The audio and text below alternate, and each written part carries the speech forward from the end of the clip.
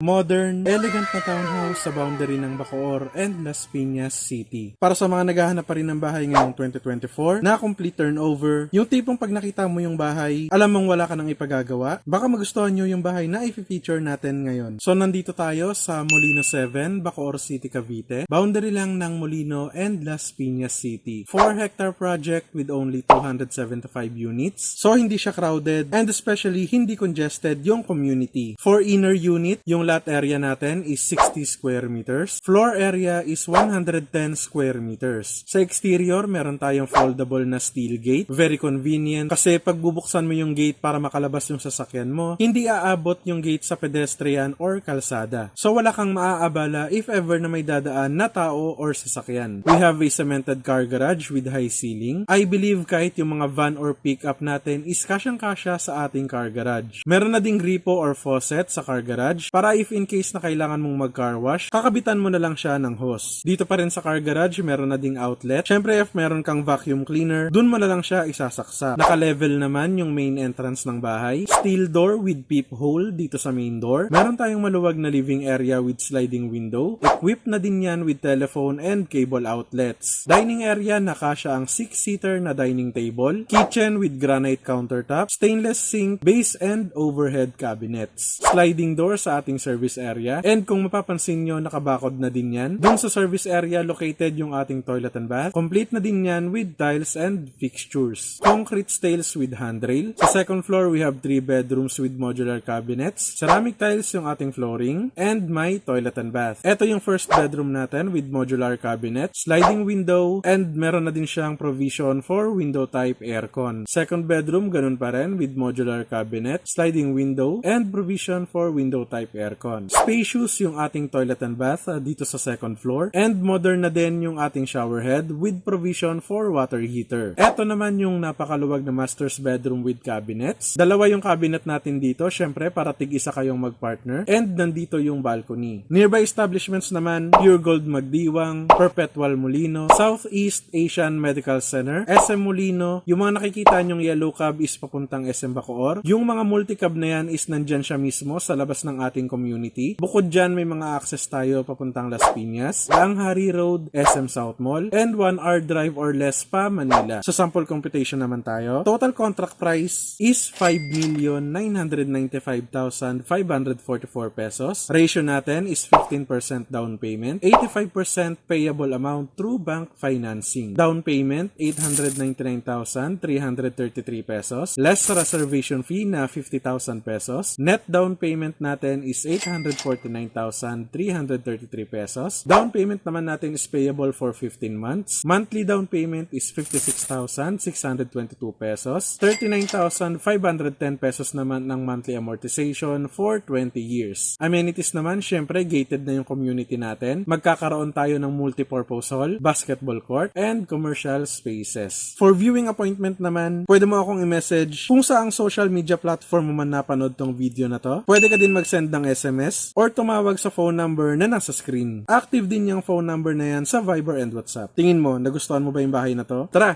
schedule na natin yung site viewing mo.